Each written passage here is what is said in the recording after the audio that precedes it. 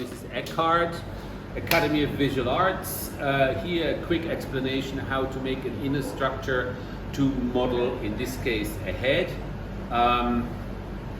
What I have done is I used 6mm round steel. You can bend this with your hands, and then we have a spot welder over at the metal workshop, and you just spot weld the joints together. You can strengthen it with stick welding, and you can add a slightly more sturdier piece. This is a 10x10 steel, and then 2 L bars, so you can actually place this. I will place this onto a wooden board. Now, when you start to model, you do not want to fill a head like this. Will be quite substantial. You do not want to have a big lump of clay because it's hugely heavy. So you want to create an inner structure, and I fill this inner structure, so I cover it with chicken wire, like a globe, and I stuff it out with whatever soft material you can find. So I use styrofoam, packaging material, so which I kind of compress from the inside, and then I close it.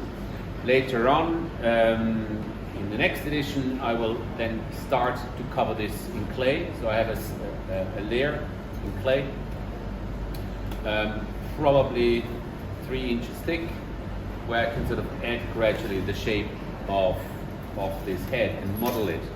So that will be making it flexible enough, because this material is flexible enough so I can take a hammer to it and bash it, so I can change it, but I have a fairly clear idea what I want to do, so I can actually start with quite a rigid structure. If you don't want to have a rigid structure and you want to have a bit more flexibility, I would still add soft material, soft styrofoam tied with a string or with a thin wire to a central core. You can then add or bash it with a hammer or cut it open if it's in the way.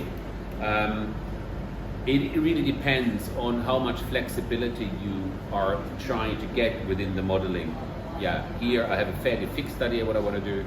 If you want to have more